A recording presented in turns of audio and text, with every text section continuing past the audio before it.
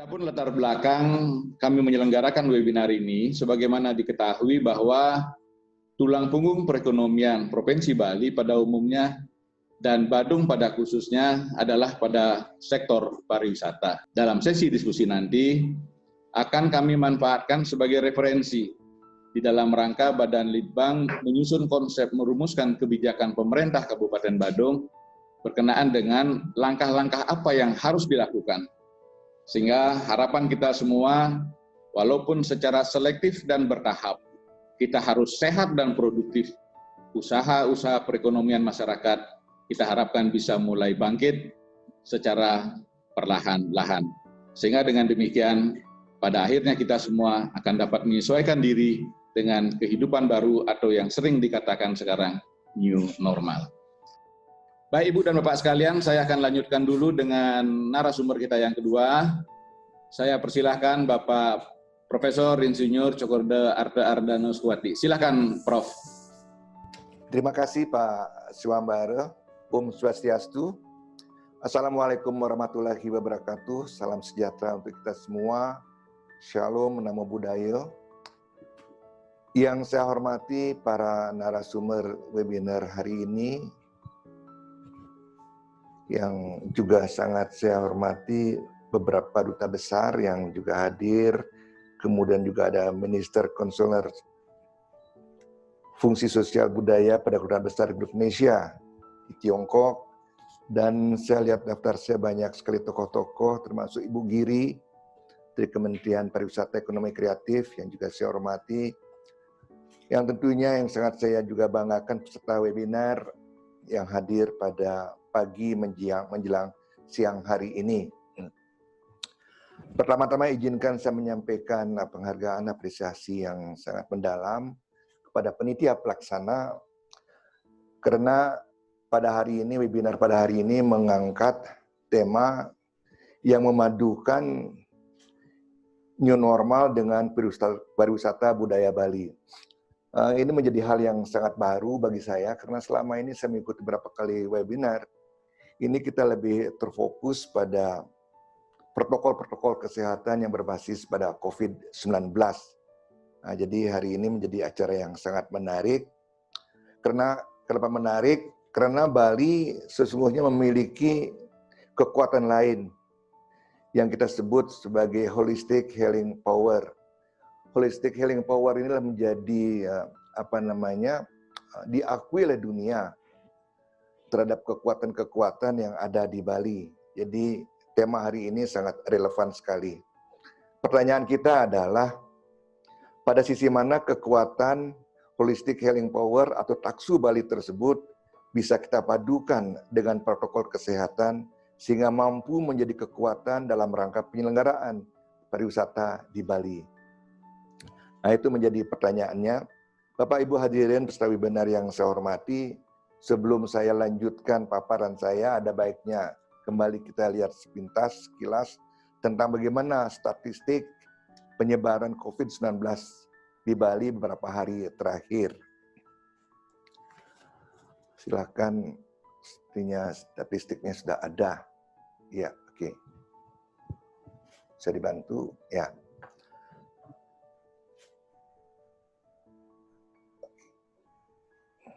Ya, perkembangan COVID-19 di Bali. Dari tanggal 17 Mei sampai tanggal 25 Mei, kalau kita perhatikan plus yang positif, ada yang +2, kemudian sembuhnya +7, di tanggal 18 +11 yang positif, yang sembuhnya +7, kemudian di tanggal 19 yang positif 4, yang sembuh 10, di tanggal 20 yang positif 8, yang sembuh 9, di tanggal 21 yang positif 3, yang sembuh 4, di tanggal 22 yang positif 6, yang sembuh 4, di tanggal 23 yang positif 8, yang sembuh 3, kemudian di tanggal 24 yang positif dan yang sembuh sama 6, dan di tanggal 25 juga sama masing-masing 2, sedangkan yang meninggal 4 orang. Nah, dari data ini, Bapak Ibu peserta webinar yang saya hormati, sesungguhnya Bali sudah masuk pada tahap flat atau kurva datar. kalau kita melihat pada angka ini. Tetapi kita harus juga waspada menyikapi angka-angka ini, sebab transmisi lokal, kalau saya belum masukkan lagi satu data yang tanggal 26 hari kemarin itu masih terjadi di Bali. Sehingga jangan sampai karena kita lengah, nanti the second wave dia bisa masuk ke Bali lagi.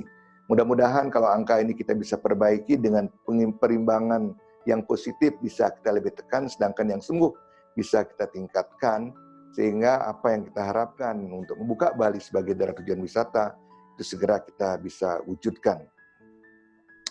Nah, Bapak Ibu hadirin yang saya hormati, untuk itu kita harus kaji secara mendalam kapan saat yang tepat untuk membuka Bali sebagai tujuan wisata.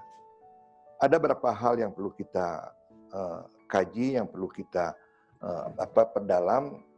Yang pertama tentu bagaimana tahapan-tahapannya kalau kita ingin membuka Bali sebagai mana halnya sebelumnya sebagai kawasan tujuan wisata favorit dunia. Saya masih ingat, kita masih ingat bersama ketika COVID di Bali, kita mulai dengan penutupan penerbangan Tiongkok tanggal 5 Februari. Kita di Bali menyelenggarakan beberapa upacara-upacara. Ada upacara Mecaru, kemudian ada upacara-upacara juga yang dilakukan di masing-masing rumah-rumah penduduk yang beragama Hindu. Demikian juga ada upacara-upacara yang diselenggarakan di kayangan-kayangan desa, di pusat desa dalam. Ini kita lakukan manakala kita masuk ke suasana di mana pada waktu itu wabah mulai masuk ke Bali. Nah, andai kata suatu saat wabah ini bisa kita atasi, tentu adalah hal yang sangat baik juga kita melakukan juga upacara-upacara agama, apakah dalam bentuk ngaturan Dewa Suksemo atau bentuk-bentuk lainnya, yang intinya adalah menyampaikan ungkapan terima kasih kita kepada Tuhan Yang Maha Esa, Yang Widiwasa, bahwa Bali telah mampu keluar dari persoalan yang sangat sulit ini. Ini tahap-tahapan yang kiranya menurut saya perlu juga kita perhatikan kembali manakala kita ingin membuka Bali kembali. Yang kedua adalah bagaimana polanya. Apakah nanti dalam membuka Bali ini, apakah kita serentak seluruh Bali kita buka secara sekaligus ataukah secara bertahap.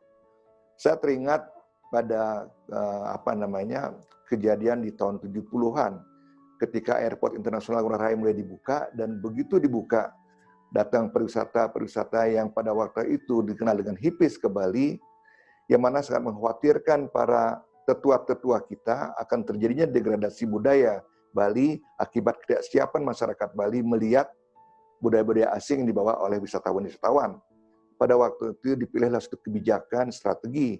Di satu sisi memang kita memerlukan pariwisata, tapi bagaimana caranya pariwisata tersebut tidak sampai menghancurkan budaya Bali.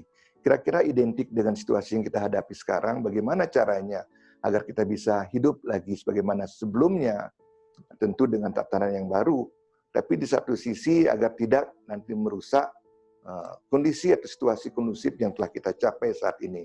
Tentu jawabannya adalah mari kita buka secara bertahap sebagaimana diselenggarakan atau dilakukan oleh para tetua kita di tahun 70-an dengan buka kawasan Nusa Dua pada waktu itu sebagai sentra untuk pengembangan pariwisata di Bali yang kemudian diikuti oleh sentra-sentra lainnya beberapa tahun kemudian. Kira-kira ini satu langkah yang sangat bijak yang bisa kita jadikan panutan dalam rangka mengembangkan Bali di era baru sekarang. Kemudian bagaimana syarat atau pedoman-pedoman protokol. Pemerintah Provinsi Bali sampai saat ini sedang menyusun protokol-protokol kesehatan, baik yang terkait dengan fasilitas-fasilitas umum, pariwisata, kantor, dan lain sebagainya. Ini sedang kita susun, tentu masukan-masukan dari teman-teman Bapak Ibu semua ini sangat berarti, sehingga apa yang kita harapkan betul-betul nanti bermanfaat untuk kita semua. Dan selanjutnya adalah kearifan lokal atau potensi-potensi lokal, apa saja yang bisa kita adopsi, sehingga Bali memiliki keunikan atau kelebihan daripada destinasi-destinasi lainnya. Nah ini kalau kita hanya mengikuti pedoman-pedoman atau protokol-protokol kesehatan yang ada, yang sifatnya universal, negara manapun mengambil pola-pola tersebut atau standar-standar tersebut, kalau itu saja menjadi rujukan kita, tentu tidak ada keunikan yang kita bisa tampilkan Bali untuk membedakan Bali dengan daerah-daerah lain di Indonesia ataupun di luar negeri. Oleh sebab itu kita perlu untuk mengadopsi beberapa kearifan-kearifan lokal yang kira-kira bisa kita kembangkan tapi tidak bertentangan dengan protokol kesehatan pasca atau COVID-19 ini. Bapak Ibu hadirin yang saya hormati, melihat dari ciri-ciri atau tuntutan pariwisata di era new normal dan kita padukan dengan budaya Bali, sesungguhnya banyak hal yang menurut saya yang tidak nyambung atau sifatnya kontradiktif. Ini mohon maaf saya harus sampaikan banyak hal yang sebenarnya bertentangan dengan budaya kita di sini. Misalnya sekarang kalau kita melihat sekarang hakikat dari new normal, yaitu yang pertama adalah kebersihan atau cleanliness. Yang kedua hakikatnya kedua adalah sehat atau health, dan ketiga adalah aman atau safety. Nah, bagaimana pemaknaan dari ketiga prinsip-prinsip tersebut? Nah, ini yang berbeda yang saya lihat. Kalau pada new normal, makna daripada bersih tersebut selalu diidentikan dengan bersih, steril, anti disinfektan, kemudian cuci tangan, dan lain sebagainya. Itulah definisi atau hakikat daripada bersih menurut new normal. Sedangkan di Bali, budaya Bali tidak hanya sekian. Ada lagi di sana kebersihan itu dikaitkan dengan kesucian. Kita bisa lihat dalam ritual-ritual keagamaan bagaimana air tirta atau air yang disucikan telah berapa hari diisi kembang dan lain sebagainya, tapi masih tetap oleh umat Hindu diminum dan diyakini sebagai air yang bersih, air yang suci. Nah, ini salah satu contoh perbedaan persepsi antara kebersihan new normal dengan kebersihan budaya Bali. Yang kedua tentang sehat. Makna sehat juga ini juga agak berbeda. Di new normal atau protokol kesehatan memposisikan bahwa virus ini adalah satu hal yang harus dilawan. Jadi harus dilawan virus tersebut. Sedangkan dalam budaya Bali, justru kita diajak untuk berdampingan secara damai. Ini banyak dalam cerita-cerita rakyat yang kita bisa saksikan di Bali, bagaimana pertarungan antara Rangda dengan Barong pada cerita Celon Larang, yang mana Rangda diidentikan sebagai puncaknya atau sumber kekuatan atau sumber daripada virus yang berhadapan dengan Barong. Ending cerita tidak pernah ada salah satu daripada keduanya ini kalah atau menang. Tapi yang terjadi adalah bagaimana mengharmonikan antara kedua kekuatan ini. Nah, ini juga merupakan hal yang sangat berbeda, sehingga ketika kita bicara tentang sehat dalam pengertian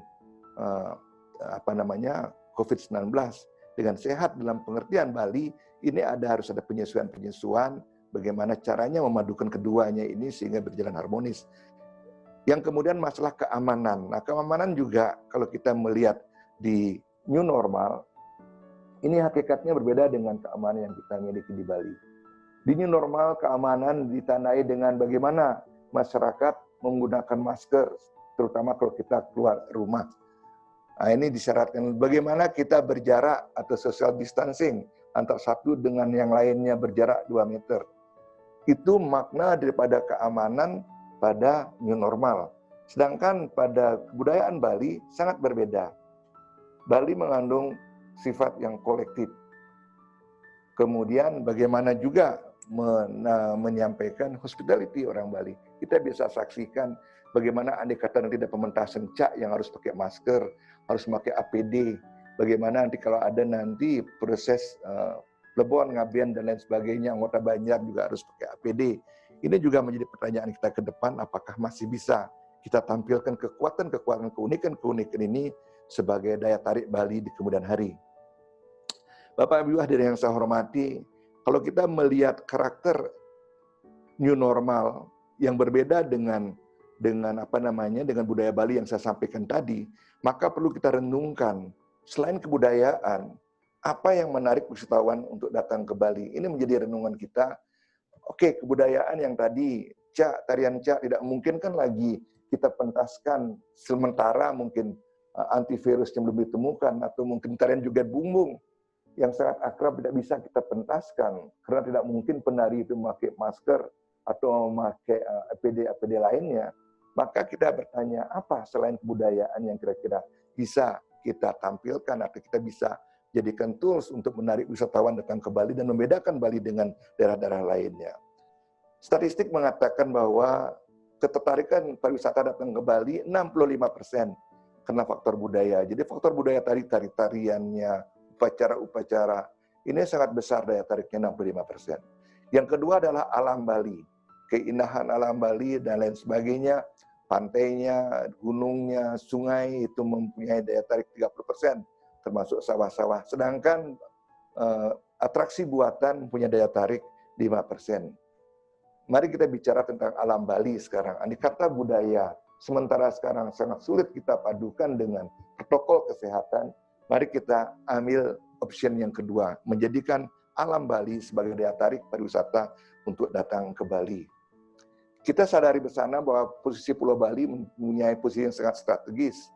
Bali diapit oleh dua samudra besar, Samudra Pasifik sama Samudra Hindia. Dan juga Bali diapit oleh dua benua besar, benua Asia dan benua Australia. Menjadi posisi Bali yang sangat strategis, kemudian dengan perpaduan gunung, laut, dan sungainya, sehingga nyaris sepanjang tahun temperatur Bali, alam Bali ini merata. Ini luar biasa sekali kalau kita kaitkan dengan beberapa statement para ahli, bahwa di atas suhu 26 derajat virus COVID, virus corona tidak bisa hidup, maka sesungguhnya Bali yang punya potensi untuk bertahan, untuk melawan virus tersebut berdasarkan atas temperatur yang dimiliki oleh Bali itu sendiri. Di samping itu juga bahwa alam Bali tidak saja masyarakat Bali tidak saja menyadari atau mengakui Bali ini hanya dihuni oleh manusia-manusia Bali. Ini suatu kesadaran yang luar biasa yang menurut saya perlu juga menjadi renungan kita bersama. Orang Bali sangat menyadari di luar dirinya masih ada kekuatan-kekuatan lain yang hidup di Bali, yang ada di Bali, dan berdampingan sama kita semua yang ada di Bali ini. Kekuatan-kekuatan inilah yang kemudian dijalin secara harmoni melalui kegiatan-kegiatan upacara. Nah, kita lihat ada pekelem, ada kegiatan nangluk merana, kemudian kegiatan-kegiatan lain yang intinya adalah bagaimana mengharmonikan alam dengan manusia Bali. Ini yang selalu dijaga oleh orang Bali, sehingga terjalin hubungan yang menerus dan harmonis. Nah, berangkat dari perbedaan tersebutlah, saya menjadi tertarik menjadikan alam Bali sebagai daya tarik pasca COVID-19. Alam Bali yang begitu indah, kemudian temperatur suhu yang sangat stabil, kita hanya mengenal dua musim, musim hujan dan musim kemarau.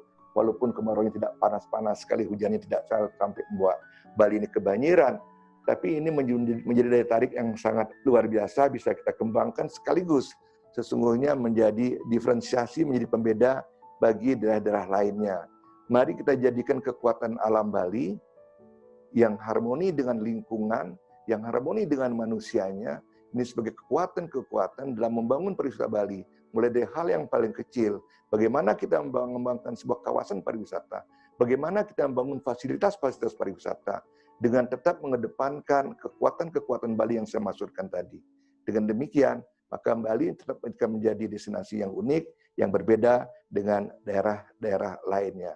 Jadi sementara budaya belum bisa kita tampilkan secara utuh sebagaimana sebelumnya, mari kita jadikan alam Bali sebagai daya tarik. Ini sudah waktunya kita perhatikan alam Bali.